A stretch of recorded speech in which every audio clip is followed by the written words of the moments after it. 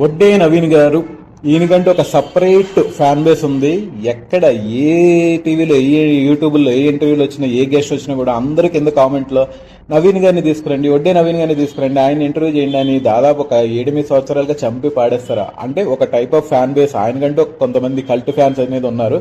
So వాళ్ళందరూ కోరిక నెరవేరిందా, లేకపోతే వడ్డే నవీన్ గారే మళ్ళీ సినిమాలకి దూరమై మళ్ళీ నేను సినిమాలు చేయాలనుకున్నారో ఏమనుకున్నారో తెలియదు. కానీ కానిస్టేబుల్ త్రిమూర్తుల సినిమాతో అయితే కంబ్యాక్ ఇస్తారు. సో ఈయన దాదాపు 10 ఏళ్ళు సినిమాకి మీరు ఎందుకు దూరంగా ఉన్నారంటే, ప్రతిసారి రావడం, ఒక ప్లాఫ్ సినిమా ఇవ్వడం, ప్రేక్షకుల్ని డిస్టర్బాయింట్ చేయడం ఇష్టం లేక నేను ఖాళీగా కూర్చున్నాను. సో వస్తే కంబ్యాక్ ఇస్తే మంచి సినిమాతోనే రావాలనుకున్నాను. సో అలాంటి కథ ఇప్పుడు దొరికింది కాబట్టి ఇప్పుడు వచ్చిన ఆయన ఇంటర్వ్యూలో చెప్పాడు.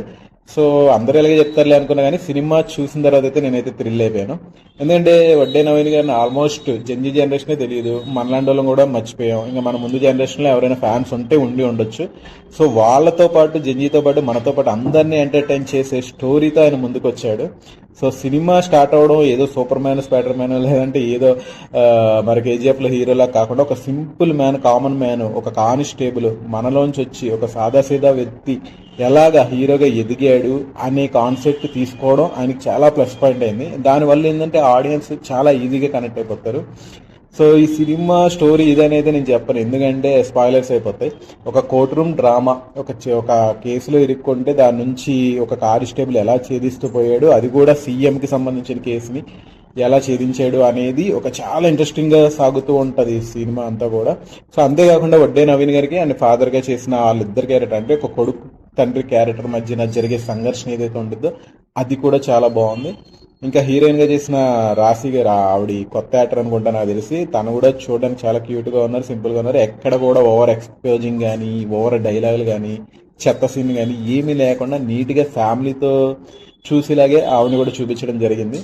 ఇంకా వడ్డే నవీన్ గారు కొన్ని సీన్స్ లో అయితే చాలా బాగున్నారు. ఇప్పుడైతే ఏజ్ అయితే అప్పుడు ఎలా ఉన్నాడు, ఇప్పుడు అలాగే ఉన్నాడు. కాకపోతే అక్కడక్కడ కొన్ని డైలాగ్స్ దగ్గర ఎక్స్ప్రెషన్ పలకలేదేమో అనిపించింది. అంటే కెమెరా ముందుకు వచ్చి కూడా చాలా ఇయర్స్ అయిపోయింది కదా, అది కూడా ప్రాబ్లం అయి ఉండొచ్చు. నార్మల్ గా మంచి యాక్టర్ ఆయన. సో మిగతా అంతా కూడా అటు యాక్టింగ్ లో పెద్ద పెద్ద ఫైట్లు ఏం చేయలేదు, పెద్ద పెద్ద ఓవర్ డైలాగులు, బిల్డప్ల డైలాగులు చెప్పలేదు. చాలా సింపుల్ గా ఒక కామన్ మ్యాన్ ఒక హీరోగా ఎదిగే విధానమే చూపించాడు. అది కూడా చాలా సింపుల్ వేలో తీసుకెళ్లాడు కొత్త డైరెక్టర్ అయినా కూడా. సో సినిమా తగ్గుతుంది, కొంచెం డౌన్ అవుతుంది అనుకున్న ప్రతిసారి సడన్ గా ఏదో ఒక ట్విస్ట్ తో లేపుతాడు. అది మాత్రం అసలు ఎక్స్పెక్ట్ చేయలేదు. అంటే ఎక్కడైనా సినిమా తగ్గుతుంది అన్నప్పుడు ఇంకా డౌన్ అయిపోద్ది, లేదా బోర్ కూడా అద్ది. కానీ ఏదో ఒక చిన్న ట్విస్ట్ పెడతాడు. ఆ ట్విస్ట్ తో ఆటోమేటిక్ గా నీ అమ్మ ఇంతసేపు డౌన్ అయింది ఎందుక, ఇంతసేపు డల్ అయింది ఎందుక అనేది మనం ఆశ్చర్యపోయే రేంజ్ లో ఆ ట్విస్ట్లు అయితే ఉంటాయి. సో కంబ్యాక్ అయితే చాలా గ్రాండ్ గా ఇచ్చినట్టే సినిమా డెఫినెట్ గా ఓటీటీలో చూస్తారు, అలాగే థియేటర్లో చూస్తారు. ఎవరైతే వడ్డే నవీన్ గారి ఫ్యాన్స్ ఇన్ని రోజులు మిస్ అయ్యి ఆయన కోసం ఎదురు చూస్తున్నారో వాళ్ళందరికీ అయితే పండగ. చాలా గ్యాప్ తర్వాత 2007లో చిరంజీవి గారి సినిమాలు మానేసి మళ్ళీ 2017లో వచ్చారు కదా, పెద్ద హిట్ కొట్టారు కదా.